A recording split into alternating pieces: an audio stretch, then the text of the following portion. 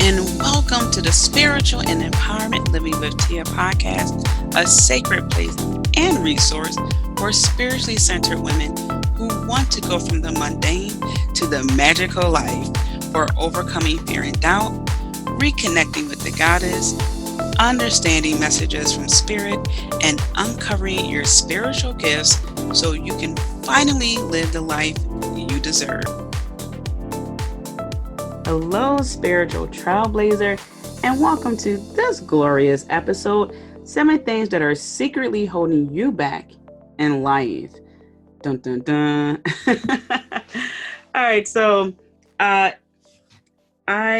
can't wait to tell you these 7 things because as you will see, these 7 things are very innocent, very unassuming things, but if left unchecked, they will most definitely hinder our progression in life.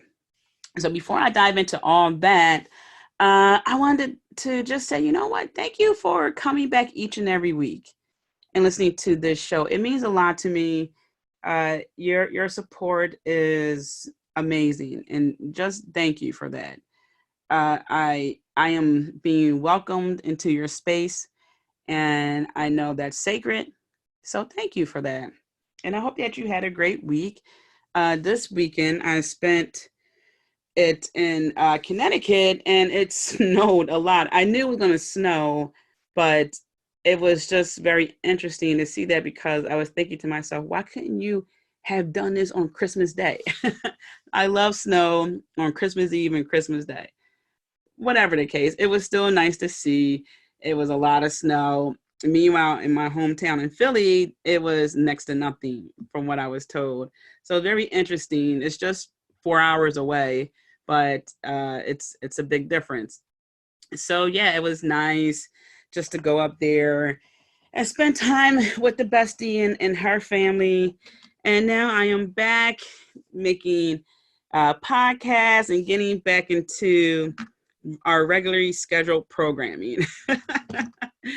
Oh man. So I also wanted to tell you that if you haven't joined the newsletter, the Spiritual and Empowerment newsletter, make sure that you do, because it's how you get that VIP access, that early bird specials to upcoming events, heads up about things, special requests you can put in. For example, I'm asking people who are on my email list, would they like to be on the show? And we will go through a strategy session where I will help them. And, it's all pre-recorded, so no worries. And if you want to get practice on being interviewed and things like that, because maybe you're thinking about having your own podcast, this is the way to go. But also, I do the Ask Tia. So I did 2 episodes last season. I'm going to be bringing that back, and I offer that to people on my email list to hit that reply button, have a question, and I will answer it on air. Also, the Man of the Goddess retreat, that will be happening again this year. And people who are on the email list get first dibs on tickets. So it's a lot. And plus I also share things with people on the list that I don't share in public. So get on the list. Just go to tmariejohnson.com and little pop-up box will appear and you can get in on the goods. Last but not least, make sure that you schedule your goddess discovery call. So this is the time where we create a sacred space and I get to know you a little bit better and I figure out how I can help you. Okay, so this is where we map out strategies for you to show up in the world as your true self, to basically live your truth. Okay, live the life you deserve, conquering fear and doubt and establishing boundaries. We really get into the nitty gritty of this. So hopping on that goddess discovery call will get you on the right path, but also it will help you to see if we are a good match for each other, so I can help you in detail. All right, so 2020 can be the best year yet. Okay, so go ahead, schedule that goddess discovery call. All right, and the link for that is in the description for this episode. So for the spiritual knowledge section of this podcast, I decided to pull an oracle card. And I use Colette Baron Reed's The Enchanted Map Oracle Card Deck. I love this. I talked about the book, which is based off of many podcast episodes ago, so you can check that out. The card I pulled is Spark. And it's a lady, she's playing a violin. She's in this pale green outfit. It's like a long skirt and a top. And she has a violin. So she's playing the violin, but there are sparks of hearts that are coming out. So it's like little fireballs, and the fireballs are turning into hearts. And just by looking at this initially, also I'm seeing lots of butterflies. So what I'm getting from this card is that this is a time where whatever you have that's on your mind, that little idea, that opportunity, something that sort of presented itself, that little spark, this is the time where you need to make that spark become a full-on fire. Okay, so this is when you nurture that spark. This is where you watch the spark do its thing, and then you add more life to it. Also, this would be a great time to go out in nature. So even if you are someone who is a homebody, you like to stay in the house, go get some fresh air, be around trees, be around some greenery, and watch certain things unfold. Okay, watch ideas come to mind. Some ideas you may have put on the back burner. Watch certain relationships form. Okay, there's a little spark there. There's something there. Maybe someone opens up to you this time. Excuse me, where they haven't opened up before. It's like a little spark. Okay, and from that, a wonderful friendship or relationship comes from that. But also, this is a time of creativity and optimism and hope, okay? And you have every reason to experience all of that. So when you are, excuse me, thinking about your spark, keep in mind that this is go time. You have the green light. And it's funny because she's wearing green. All right, so allow your inspirations to flourish. You are your own inspiration, okay? This isn't a time where someone's going to step in and direct you a certain way and you're so inspired by this person. No, this is the time where you inspire yourself. Okay. And the law of attraction is going to be at an all-time high here because you are fanning the flame. You are making this spark a full-on fire. Okay. So don't be surprised if you get ignited on the inside. You're just like, yeah, like this is the time to do something. All right. So that's pretty cool. And speaking of igniting, scroll back to episode 229, From Burnt Out to Living Your Best Life, How to Ignite Your Flame and Keep It Burning with Goddess Pele. So check out that episode about igniting that flame within, keeping it burning. Okay, all those great fires, great flames, whatever you want to call it, starts with a spark. Okay, I mean, you think about when you turn the oven, you hear the, you know that. All right, so keep that in mind. And also another episode 204, Igniting Your Element. All right, so check that out, episode 204 and 229. Got you covered. All right, let's dive into these 7 topics. Oh, one other thing I want to tell you. Well, 2. Make sure you check out the last 2 episodes, okay? Especially how to use crystals to manifest like a goddess. All right, because this year, 2020, all I can think about is clear vision, just things happening, and it's like a direct route. All right. Yeah, that's just how I feel about 2020, just that 2020 vision. So go ahead and listen to that episode to help you manifest, really well this year. All right. So 7 things that are secretly holding you back in life. Number 1, being a good person. I know this may sound so counterintuitive and just really weird and not something that I would say, but remember what I said earlier, this is when we allow this to go unchecked. Being a good person is a great thing, but what tends to happen is we're so focused on being a good person that we overlook some of the red flags, because we are focusing on being good and we are focusing on trying to find the good in others, but it causes our vision to not be as clear, and it causes us to not do some of the things that we should be doing, like setting boundaries and things like that. And I'll get into that with some of the other points.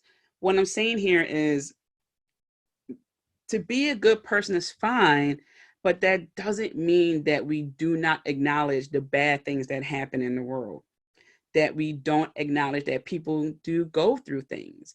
And it's because we don't see it and we don't go through something doesn't mean it does not happen. Okay.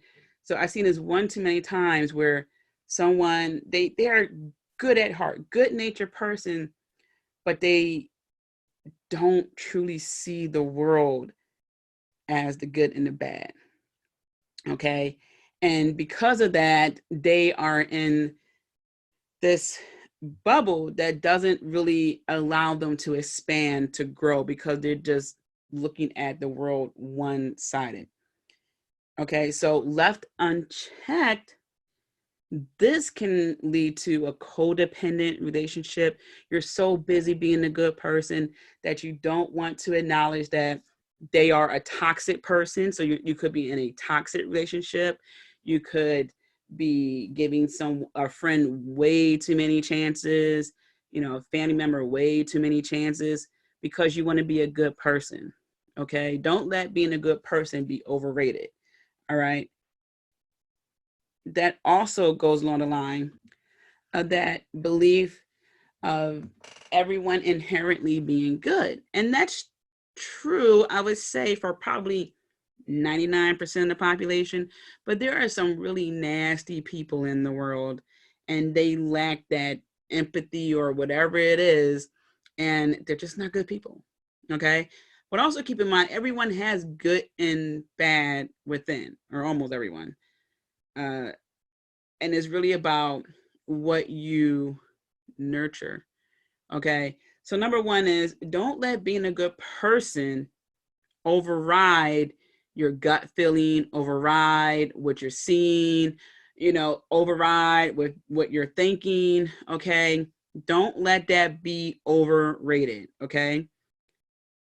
Being a good person does not get you any specialty medals at the end of the day if it's costing you so much more. Not if, but it doesn't matter, because you're not going to get a medal. But what I'm saying is, don't let being a good person take you into the zone where you're wearing shades all the time. Like, you just don't see anything. You see only what the shade allows you to see. And unless you take those shades off, like if it's rose gold, which would be cool, but unfortunately, the world is not painted in rose gold. So don't let being a good person take you to a point in life where no boundaries are established, people are not taking you seriously, and you're lasting in a toxic relationship. And it could even be a work relationship way longer than it has to be, because you're trying to be this good person. Next, number two is wanting to keep the peace. So this is about not speaking up. And what I'm going to say here, and this is going to apply to all the points, these are case by case basis. So what I do is I give some examples. For example, in my Goddess Mastery course, the 3-month course that some women are in now, I really dove deeply into witty comebacks, into establishing boundaries, into situational examples, but real life examples, because I don't want to throw out theories. I don't want to throw out some kind of concept that the things that I'm recommending to you work because they have worked in the past for many people. They work for myself. Okay. So when I say case by case basis, what I'm saying is with this, speaking up, maybe you can't speak up at that time because it's a hostile environment and that could put you in physical danger. And it's best to walk away, get help, and then come back. That's what I mean. So you had to make that call. So wanting to keep the peace is a great thing. However, if left unchecked, remember, these are things that are secretly holding us back. These are things that, when left unchecked, they make us take several steps back. So you're at work and someone's making jokes that are just really unprofessional and is making you uncomfortable. Okay. You can, pull them aside, after they're done talking, because they may be too amped up, to pull them aside while they're joking. But afterwards, you pull them aside and you say, I get that you're an adult and you have this right to make jokes, but they're actually inappropriate for the workplace and I don't feel comfortable. I would appreciate it if you just dialed it back a little bit. B, you can talk to your supervisor, which is, you're taking it up a notch. If you can solve it at your level, please do. But if you can't, then that would be protocol to go to your supervisor. And you might say, you know what, John's making some inappropriate jokes. I'm not comfortable with that. I don't want to cause any trouble because it's not my nature. And side note, you're not causing any trouble. If the joke is really improper and unprofessional, then it should not be told at the workplace amongst mixed company. It's unprofessional. I'm uncomfortable. Okay, he might just talk to John to dial it back. He might say, hey, John, tell your buddy that at lunchtime when it's just you two. Okay, don't do that in the office when there's other people around. All right, things like that. See, you can send an email like, hey, I heard a joke that you made earlier and I was going to approach you, but I figured this would be easier. So there are different ways you can handle this is what I'm saying.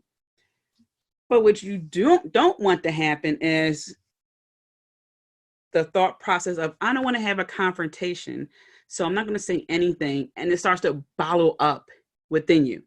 All right. And then when that happens, the results are hands down two things that are guaranteed to happen is something's going to show up in a physical form with your body. And that's normally in regards to the throat chakra, because it has to do with expression and communication. So you're going to have some issue with your throat and you're going to have displacement. And displacement is exactly what it's called. It's a displacement. So instead of addressing that person or talking to your supervisor, you go home and you take it out on your husband, the dog, the kids. So you go home and your husband will say, hey, honey, how's work? Oh, I don't even want to talk about it. Okay. I just don't. It's like he's just like, whoa, okay. Or the dog just like so happy to see you wagging his tail. He's like, come on, I'm trying to walk through the door. Okay. As opposed to being happy to see the dog and you're petting like, oh, hey boy, oh my gosh. Okay. So that's displacement. And not saying anything does not help the situation. It's about how you say something, okay? Because again, sometimes you can't say anything. It's just not the right time for whatever reason, okay? I don't want you to put yourself in a very uncomfortable situation that could possibly lead to harm, all right? Because it's a situational thing. But we have to remember that whenever we feel like there's an injustice, whenever we feel like we are uncomfortable, we have to speak up. And it can be as simple as, okay, guys, yeah, you know what? No, thank you. I don't want to go to the Chinese buffet for lunch. I'm just going to stay here. All right. Some people I don't want to say issue, but some people have concerns about not wanting to do what the majority wants to do. So let's say it's Karen, Jennifer, and Samantha. All right. They're going out to the Chinese buffet. They ask you, and you feel a little bit pressured because they said, hey, you want to come to the buffet? You don't want to say no and be that person who never goes out to lunch, but it's just not your thing, right? Because what happens next? You're going to think that maybe they're going to be talking about me. You may not care. You may care. You spend a lot of time at work with these people, okay? A lot of your hours are with these strangers, okay? So you may care somewhat, all right? Just say what's on your mind. You know what? That's okay. I had Chinese food last night for dinner. I'll pass. Or, I don't really have a taste for Chinese food today, but thanks for the invite. Okay? Start forming these conversations in your head so when you do say it, you're not having a thought of, oh my God, I just said no and just waved them off. Okay? Because that's not really what's going to go down. Get into the process of having conversations. Okay. Yes, there will be people who don't care about a conversation. They're going to yell at you and things like that. And then that's when you got to make the judgment call. Do you keep your cool, right? Tell them all professionally. Do you walk away or do you take the gloves off? Okay. And you get indignant as well. So what I'm saying here is wanting to keep the peace does not always keep the peace. Okay. Speak up. Speak up. Please do it. Don't go on social media and having a sound off, at least not before you speak up to the person who you had to speak up to. Okay. Because we have to maintain our personal power. When we don't speak up, we are taking a piece of our personal power and giving it to that person. Okay. So that's number 2, wanting to keep the peace by not speaking up. Sometimes disruption is needed. Okay. Sometimes that's needed because it wasn't peaceful in the beginning. Okay. It was just something that was there and it needed to be addressed. All right. Number 3, hanging around the same people. Now you may be thinking, wait a minute, what does she mean hanging around the same people? Hanging around the same people who are not growing. I cannot begin to tell you how many people I have talked to over the years who don't want to lose their friends because of their growth. Okay, because they're going through a spiritual transformation, a personal empowerment transformation. They just want to do better. And that's even a concern with the ladies in my goddess mastery course right now. You know, you got to remember, those people who are meant to be in your life will be in your life for the long haul. And if you are developing yourself for next level you, and they aren't with that, that's a problem. Okay. There's that spark within you. Oh, there's that word again, spark. That there's that spark within you that wants to do better, that wants to be better, that wants to be an inspiration. Even if you're thinking, who I'm going to inspire, trust me. Like my pop used to say, you never know who's watching you. And he would say that because he was in the military, and he would teach me to not go the same way you came, you know, when I go out, because you never know who's watching you. But this is also about, I'm using this also in regards to people who admire you from a distance. I know this because it happens to me. Some people come up to me and they say how they love my pose or they love something that I did, and they don't comment, they don't like, because it's just personal to them. Okay. No harm, no foul. All right.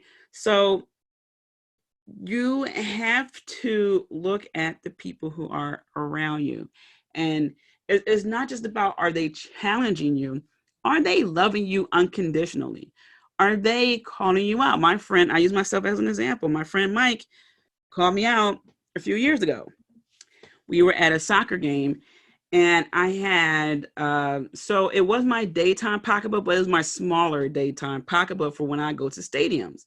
And I thought it was small enough. So they had me put my pocketbook. So like not the security guard, but like the people who check scan your ticket. So they had me put my pocketbook on top of this piece of cardboard, and on the cardboard was drawn a rectangle, okay? And if your pocketbook was bigger than this rectangle that was drawn on this cardboard, you can't go in. And I was irritated because I'm thinking to myself, this is a small pocketbook. Are you kidding me? Seriously. So I was going to leave. I said, forget this, I'm going. And my friend Mike goes, Tia, you tend to do this. He goes, there are lockers right down this path. And I think it was just $5 to rent the locker. And he goes, Tia, you tend to, something doesn't go your way, just throw it all away. You tend to go screw it and just go. And he said, I wonder where else you do that in your life. And I'm thinking, oh my gosh. He said, he's like, I wonder if you do that in your business. And I just thought, wow, talk about a reality check. I didn't get mad at him. I didn't even realize I was doing it. I thought I was just like, I don't have to deal with this, fine. But sometimes it's a simple solution to things, right? Like the locker. But I wouldn't have known that that was an attitude thing and then I needed an attitude check if he hadn't said anything, okay? So it's not just about people challenging you, it's also about people who care enough to call you out, okay? Now, when I say growth, I mean, that's a case-by-case basis as well. Some people grow career-wise, they're very focused on that. Some people, they are more family-oriented and they focus on that. Some people travel a lot, some people, they do different things. But there has to be growth. I'm telling you, I am never the same person I was a month ago. There's always something going on. Even if I can't think about it that moment when someone asks me, hey, what's new? Sometimes I can't even pinpoint it because I'm doing several things. So what I'm saying here is the people who you hang around, you eventually morph into them. And I know it's the birds of the feather flock together saying, and it might feel like, oh, here she go with the cliche, but it's truth. I mean, forget calling it a cliche. That needs to be etched in stone. That needs to be a gospel, some law, something, because it's true. Okay. My friends, we help each other in ways that we ask questions about how we're doing. So it's not so much what you're doing, it's how are you? How are you doing? And then when you talk and you need help with something, that's when we come in and see how we can help each other. And then that's how we become a unit. So one of the things that really is a good example for me that has to do with, people who you hang around has to do with traveling. So when I was a kid, I was just always fascinated about travel. I mean, my pop used to take me places, and I remember when I was on Amtrak for the first time, and I think I mentioned this on a previous episode, I was just the happiest kid in the world to be on a train. It was just so amazing. On a train with my pop, and we went to Bryn Mawr. It's another county in Philly, but it was just the coolest thing ever to be on a train. Okay. And so that was my earliest experience traveling, going on that train, or earliest memory. And so, fast forward my young adult years, before that. So I used to also collect books and just things all about travel. I was like a James Stewart character in It's a Wonderful Life. So I was just like that, just, so fascinated with travel, have all because he had the pamphlets in that movie and I had books and stuff, always fascinated about it. So fast forward, George Bailey was the character. I was trying to think of the name, and It's a Wonderful Life, George Bailey. So my young adult years, the people who I was hanging around, they couldn't care less about traveling.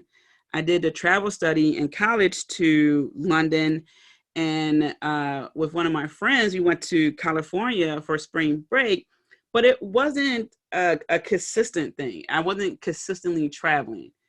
So when I met Caroline, my best friend, we were just talking. And one day, I think it was around our birthday, she just said, "Hey, you want to go to Mexico?" I'm like, "Yeah." Okay. And it started to be a thing, just a regular thing that we just travel throughout the year. And, she mentioned a little while back, "Yeah, Tia, when I met you, you never used to travel." And I said, "No, actually, I always wanted to travel, but the people who I was hanging around, they didn't care about traveling. And I didn't want to travel by myself at the time because I was new to that. I didn't travel enough to be confident as a woman to hop on a plane and travel by myself, especially to another country. So uh, it's not so much you as the people who you hang around. All right. And as soon as I hung around different people who were also, you know, travelers at heart, it was a common occurrence and still is. So that's what I'm saying. If you are around people, the same people, and they are not changing, they're not growing, you will morph into that. I don't care how productive you are. I don't care how disciplined you are. If you are hanging around your buddy from the second grade, buddies from the second grade, but they're not doing anything, trust me, you're going to slowly but surely start to fall off on a lot of things. Okay. So what I would love for you to do is, and it don't even have to be top 5 people, just think of the top 2 people who you hang around the most. Write what they do and write what you do. And I guarantee you will find some correlations because that's how it is. And it goes beyond like attracts like. It's you attract the people because, some people don't stay in your life. You attract the people, but then there's again that spark that happens where the foundations of that friendship grow stronger and get deeper. Okay. And you see yourself in the people who you hang around. Okay. So for that thing that's secretly holding you back, that's when you are back to number 1, being a good person by keeping those same people around because it's your homeboy or your home girl. All right. But they're not really doing anything. Okay. Now, if you're thinking, well, Tia, I don't want to not be their friend, don't hang around them as often. Call them up maybe once a month, bi-monthly. Okay, wish them happy birthday, wish them Merry Christmas, wish them a Happy New Year. Okay, that's it. Okay, just like them from a distance. All right, number 4, being too sensitive. Now, again, bear with me. What I mean by this is not being able to take constructive criticism. Remember my friend Mike who called me out by my attitude, storming off and forget this and all that jazz? We have to understand that not everyone is out to get us. Not everyone is big meanie. Okay. And I'll again use myself as an example because I see this happening quite often with other people, in particular women, because I work with women. So I notice the most.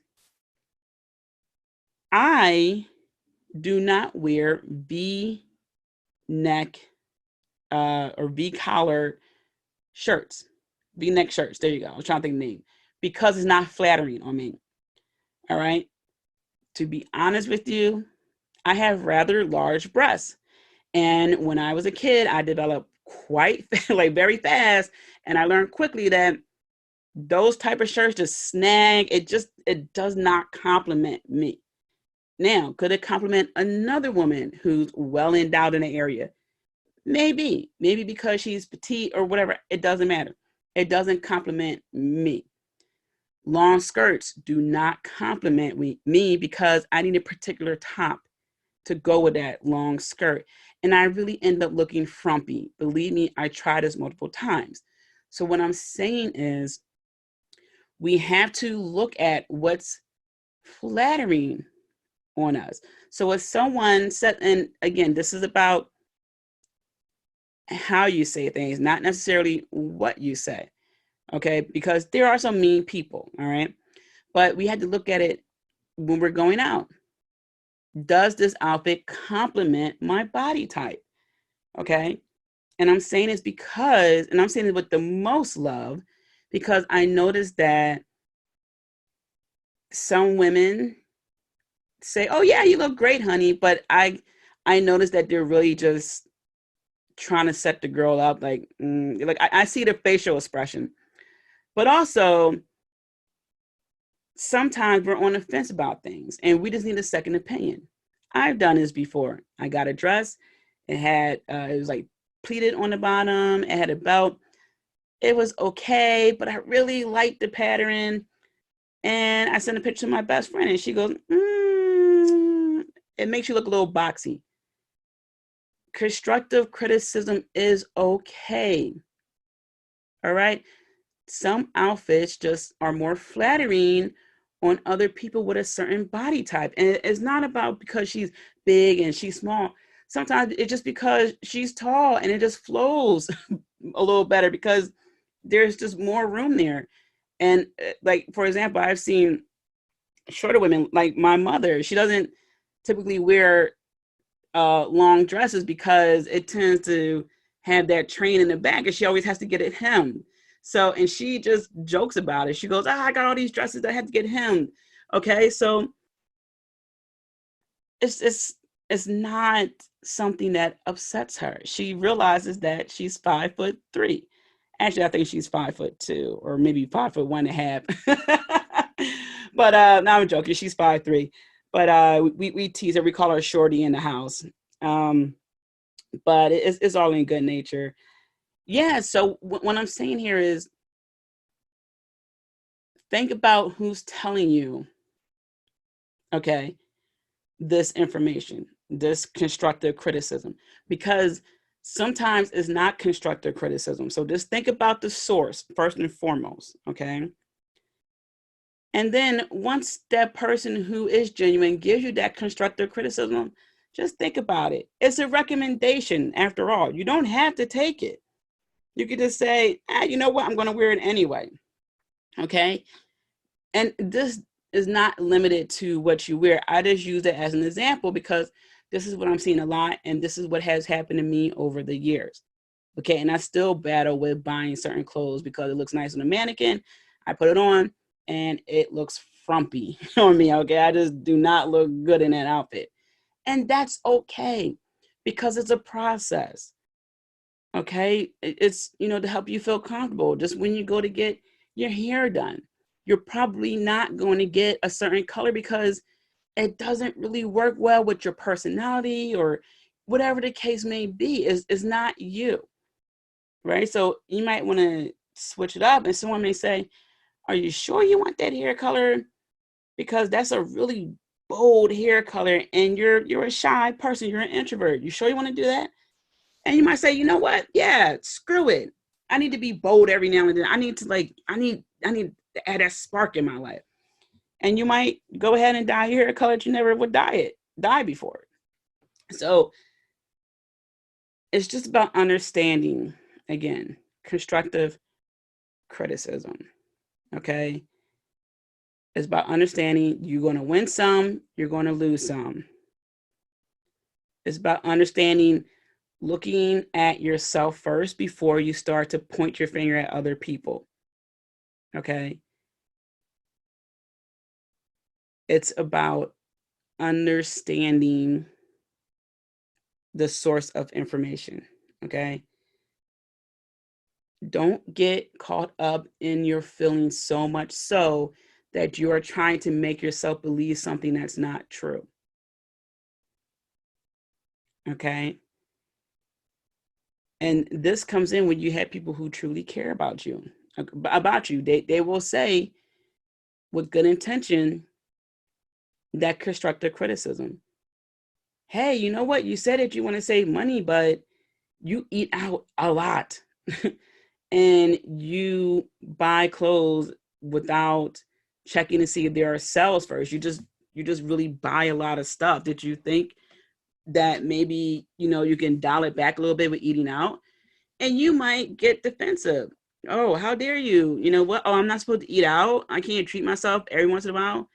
And your friend may say, it's not every once in a while. You eat out every day for lunch, dinner, sometimes even breakfast every day. Okay? Because they care about you. Okay? So they're not personally attacking you. You said you want to save money, and they said, well, you've been ordering out a lot. Okay? You've been buying a lot of clothes, and you haven't even worn half of them.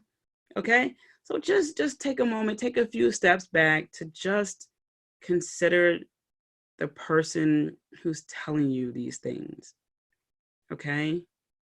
I dealt with someone who did not want to believe what anyone said, but this person asked for advice from, gosh, all the way up to the great grandmother. You might as well say everyone but the kitchen sink. Okay, put their advice in the hat. And it wasn't until years later that this person just finally said, oh, I see what you mean. And by this time, everyone's exhausted. Everyone's done talking. Like, congratulations. Maybe we'll get you a gold sticker, but it's a little bit of a task to be open with someone, okay? Especially when they ask for advice, okay?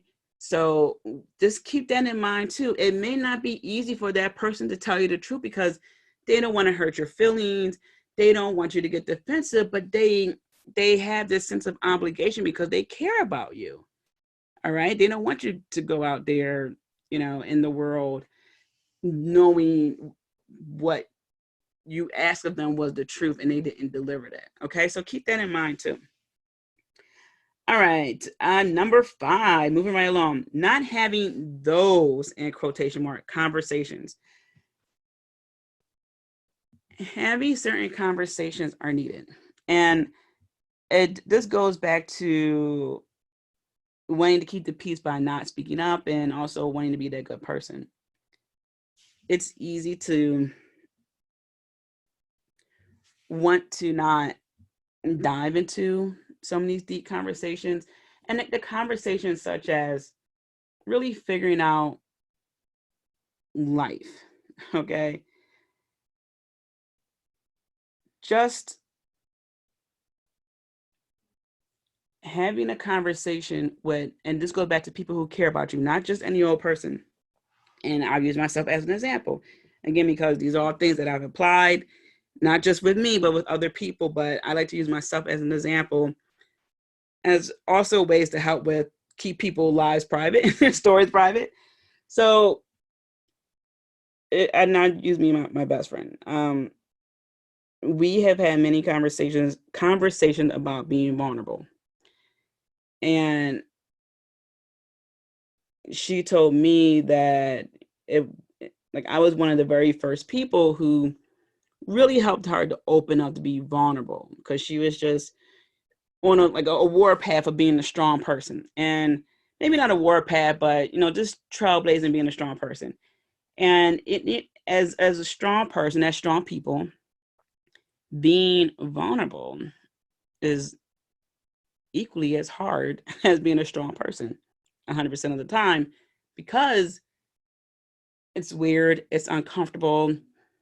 You're telling people who you care about and you really hope they care about you some of your most innermost thoughts, feelings, and it's as if you're giving them the key, the security code, right? It's like, okay, my secret buttons, okay? This is it. And in turn, years later, I end up becoming a more vulnerable person around her. And so what I'm saying is we had to have some very important conversations that initially, I can't even talk today. Initially, we didn't think of them as a serious conversation. It started off lighthearted and then it just picked up from there. So what I'm saying is, and actually sometimes we did have serious conversations on purpose. But what I'm saying is those conversations were needed in order for our friendship to grow. And remember when I said earlier, hanging around the same people with no growth.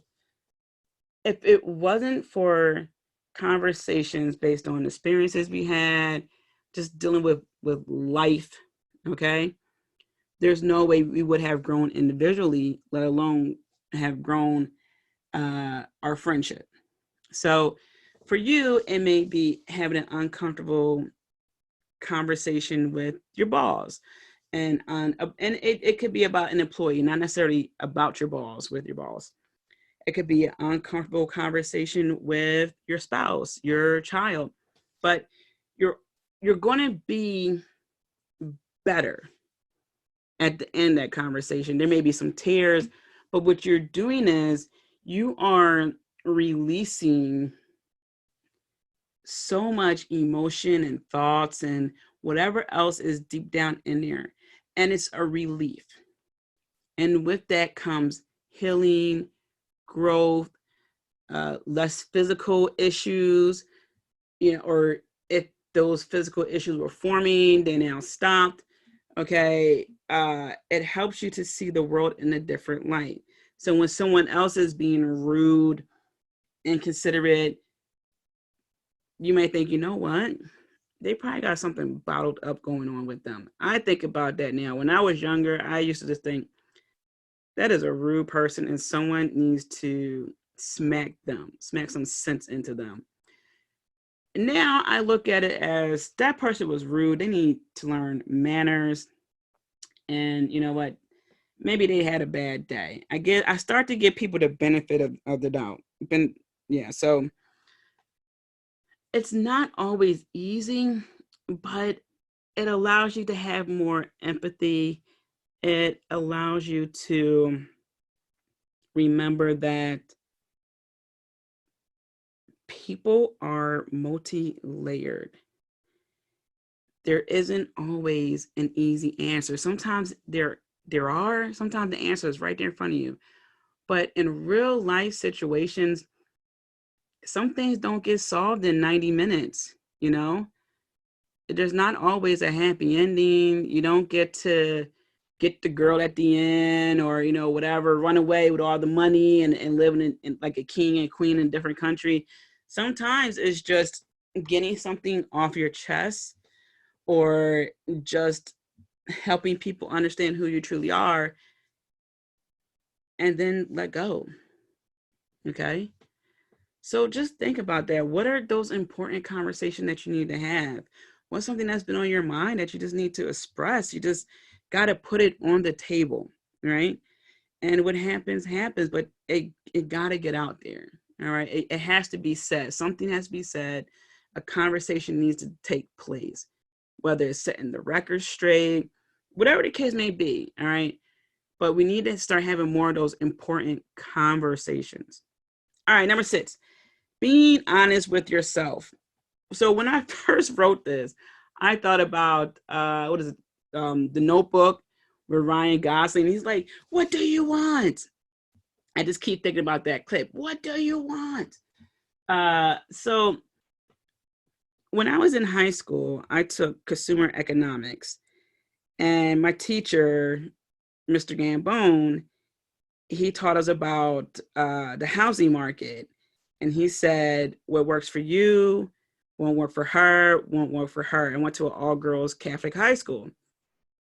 And what I learned that day was, I don't say learned, it solidified a very important concept.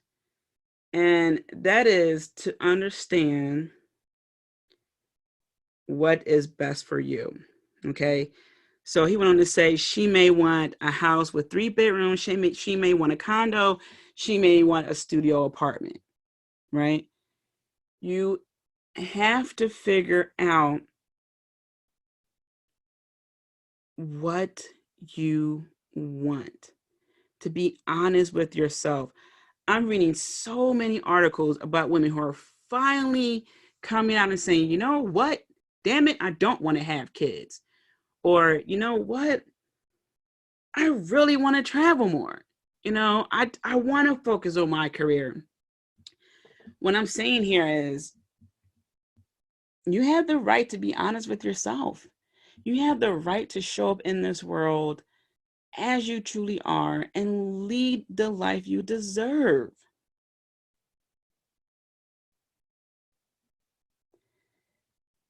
Being honest with yourself is going to take a little bit of time. And when I say that, I mean because some of you are at a point where you lost your identity. And others, it's going to click. It's going to be really, really fast.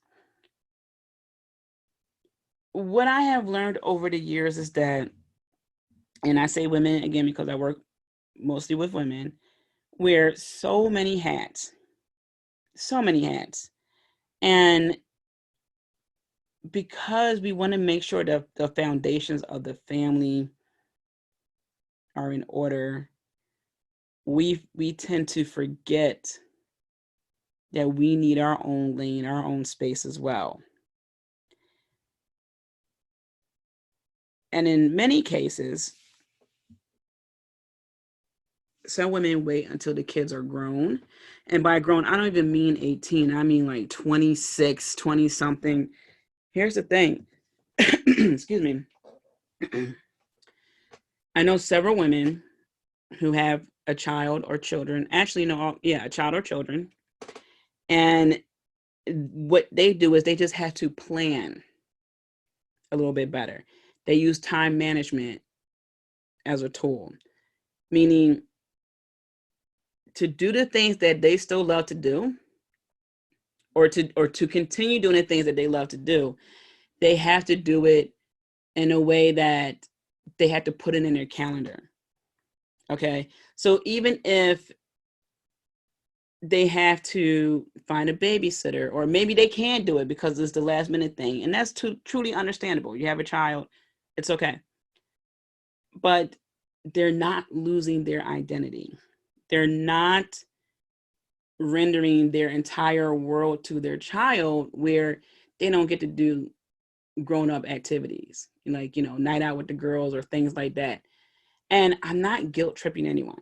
Okay. That's not at all what I'm doing. What I'm doing is reminding you that you can still do at least some of the things that you love to do. You just gotta do a workaround. Okay. That's all.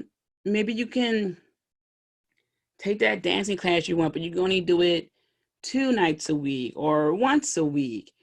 Something that still you look forward to, something that reminds you of who you are. Okay, so if life was this thing, like this cloud, or like this computer where you can walk up and it asks you, what do you want? Like, what do you want? And you could type it in, or you could tell it, be honest with yourself. What do you want from this life? Okay, what do you truly want? Be honest with yourself, right? What would you like to see happen in your life? We just ended a decade, all right, and we're starting another one. That still just makes me think that that's crazy. I mean, I'm still trying to grasp that, excuse me, the 80s are what, 40 years ago now? Like, what? When I was a kid, that was like 20 years ago. Like, what? 30 years ago? Okay, so I'm in this weird time warp right now. Okay, so imagine how I feel that we ended a decade and it's 2020. And also, I was expecting to have more of the Jetsons type of society by this point. I mean, come on, it's 2020. Anyway, reeling it back in. Excuse me. What do you want from this life? Okay. What would you like to see happen? And I want you to be honest with yourself. Listen, screw it. You want to get fillers? Get fillers. Okay. You want to get Botox? Go get the Botox. You want to rock your hair a different way? Go rock your hair a different way. All right. You want to start, I don't know, wearing scars, to dress up your look a little bit? Do that. You want to go have a girls' night out, plan for it. I want you to be in in a zone where you have time for your significant other, your child, your friends, and yourself, because you're honest with your needs and wants. Because you're telling life, look, okay, I'm here on this earth and it needs to work for me because I'm working for a lot of people here, okay? And I need some stuff to start working for me. All right. And even if it is working for you, let's keep that momentum. Because let's face it, life happens. We get discouraged, we second guess ourselves. Okay. We have days where we're just off. All right. And we need to get back on that bandwagon. So I wish that once we learned how to be in a zone where we discover what truly makes us happy, and we get to keep that. Okay, we get to make ourselves happy all the time, but that's just not true. We aren't going to be happy all the time. People are going to upset us. We're going to be angry. Something won't work. We'll get fed up. We just want to cry. Excuse me. But here's the thing. As long as we are honest with ourselves, we'll get through it. We'll get through it. So don't try to convince yourself of the life you think you should have. Some people are not built to be parents. Children need attention and love, and your money. Okay. They are going to eat up your sick days. All right. Because you got to stay home with them. All right. So what I'm saying is, to have a child, it truly has to come from the heart. Otherwise, you're going to be annoyed. All right. What I'm saying is, if you don't want to live, say, in the suburbs and you want to be in the city, you have to really think about that, especially if you have a spouse. Is this something that you compromise on? Like what is it? Really think about this, because if you don't even agree to disagree, like, okay, well, fine, let's get a house in the suburbs, but I want you to go to some events in the city with me. I don't want to go by myself. This is the compromise here. Whatever the case may be, don't, as I just thought about a saying I used to say as a kid, don't psych yourself out. All right. Don't convince yourself of living a life that you damn well know you don't want. Don't convince yourself of being that nice person when you know that you had to speak up for yourself. Okay. Be honest with yourself. So after you finish listening to this episode, go look in the mirror and say your name. What do you want? Okay. But also don't be surprised someone knocks on the bathroom door and say, you all right in here? Okay. So last but not least, wanting people to treat you the way you treat them. And I purposely made this last because everything we said thus far really is about you. And what I have realized over the years is that while, yes, we should expect people to grant us the same courtesy and respect that we give them, treat others as you want to be treated. However, and that is not always the case. There are people out there who do not care. Being rude is their forte. That's part of who they are. Some people are inconsiderate. They just do not care. And the thing is, sometimes our manners override possible interactions. I, again, will use myself as an example. There have been times where people have just bumped into me, cut me off in line, just doing dumb things that's really not a crazy big deal. But when you are in an airport and you have a laptop in your hand, a heavy one on top of that, and someone just bumps into you and doesn't say, excuse me, you're just like, really? I get everyone has to catch a plane, but come on, a simple excuse me. Or someone just cuts in front of you in line, you're just, really? And you think, well, you know what? It's not even worth it. Whatever. They only have one item anyway. And it's like, okay, wait a minute. You're not even an older person, who I would really let get away with it. You're a middle-aged woman, and you're just going to just really just walk in front of me like I'm not standing here. But again, the manners override it. And you're just like, you know what? Whatever. You know what? Have a blessed day. All right. The thing is, people will take your kindness for weakness. That's one of the things my grandmother told me too. If, for example, you invite someone over your house, you are a generous person, but people take advantage of that by eating way too much food. Okay. Just drinking way too much of your alcohol, and it's a dinner setting. Okay. They don't eat their portion. They just don't care. They're not considerate. Right. So I know some people say this is usually the argument. Well, you invite them over your house and you told them to eat, yes, but there is a protocol. Okay.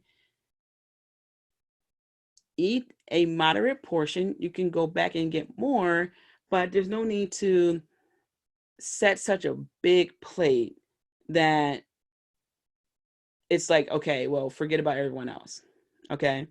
Just because someone invites you over their house and offers you food and, wine or whatever, it doesn't mean that you have to drink 4 bottles of wine, a case of beer. All right. No, that's not it. Okay. Again, there's a protocol, moderation, take your time, nurse the drink a little bit. Okay. All right. Just relax. And that's what I'm saying. Or, you want to treat somebody, maybe they did you a favor and now they want the filet mignon, they want the lobster or something like that. You're like, wait a minute. When we go out, you get the salad and another side. You don't, or another appetizer. You don't get lobster. Now you want lobster? That's crazy. And here you are being a nice person thinking like, oh yeah, that they're going to get their usual. But now is the day they want to get the lobster, they want to get the beef Wellington, something like that. And it's just really, really funny to see because in turn, those are the same people that will be highly upset if you were to do that to them. Again, if those people were regular with their order, then that's fine. You always get the lobster, and I know you get the lobster. That's fine. I said my treat. What I'm saying here is you cannot expect people in some situations to treat you with the same respect, okay, and consideration. When I was in college, and this is my freshman year, I don't think it was my sophomore year yet, I was playing pool, and I was just learning how to play pool. And this guy, before he took his shot, and I don't know how we got to this conversation, he looks up at me and he says, "You can't be friends with everyone." And I thought, what is he talking about? I'm a good person. There goes number one. I'm a good person. I'm a decent person. I'm always there for my friends. But the truth is, I should not have my time divided up so much so that I'm trying to show up for every single friend all the time. Okay? No, we have to retain some of our time. Okay? We can't be there for everyone all the time. And we can't be friends with everyone as much as we want to. We just will not vibe with some people for whatever reason. You can be a good person and someone will still find something wrong with that. Okay? You can't be everyone's friend. The quicker you learn that, the easier it will be for you to understand the people who will add value in your life. So when you're out there in the world and you wonder why Sarah is just mistreating you, she could be jealous. She could have a bad day. Who knows? Or she just could be someone who's just sick and tired of being sick and tired. All right. But my thing is, when you go out there wanting to be treated a certain way, keep in mind someone does not care about what you want. All right. So now you have to think about how you're going to approach this situation. You can just ignore the person. Like, you know what, people are going to be characters. What are you going to do? You can walk up to them and say, hey, do you have a problem with me? I don't know you, but you're looking like there's an issue. I just want to clear the air. There are many ways you can do that. Or you can buy them a drink and talk to them, and they could just be a shy person who has that facial expression that they just ticked off when really they're not. They're just shy, and that's it. And, you start talking to them and find out they're a really cool person, and they just need to know how to navigate a room better. That's it. So keep in mind that it's really going to be your reaction that sets the tone going forward. Okay. You can have a very different outcome depending on how you respond to people, the way they treat you. Okay. And, I know this is a spiritual empowerment podcast, but, keep in mind, there will be times where the gloves will have to come off. Okay. Because I get the duality of the world. I know that there's good and bad. So there are going to be times where meditation isn't going to work. All right. So if someone is mistreating you, you may really have to step to them and say, hey, look, I didn't do anything to you. You're being very disrespectful. It's not cool. All right. Now, if you got an issue with me, we can solve this right here, because we can't have this back and forth going on. And I don't even know what's going on. I really don't know why you have an issue with me right now. Okay. So, but again, you can also say, you know what? I figured that person's not worth it.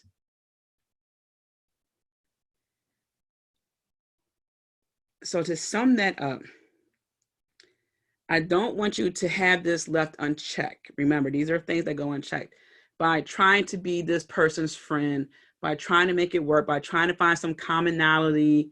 All right, that's what I used to do. If I could find something that we have in common, it'll be cool, it'll be all right. It will not work with everyone, period. Okay? You can be a good person and someone will still have an issue with that, period. You might vibe with two people for the rest of your life. That's okay. Period. All right. So quick recap. All right. 1, being a good person, wanting to keep the peace by not speaking up, hanging around the same people who aren't growing, being too sensitive by not accepting constructive criticism, not having those conversations, the important ones, not being honest with yourself, wanting people to treat you like you treat them. Remember, these are things that are really good, right? Being a good person is fine. Of course, you want to keep the peace. Of course, you want to hang around people who you know for a long time. They're familiar. It's comfortable. Of course, being sensitive has to do with being in touch with your emotions, and who wants to really have those tough conversations? I mean, come on. And, being honest with yourself means you really have to look at yourself, and that's cool. But again, it's a little rough. And of course, you want people to treat you the way you treat them. I mean, why not, right? These are actually good things. Even having like the tough combos, someone might come out being your cheerleader. These are good things.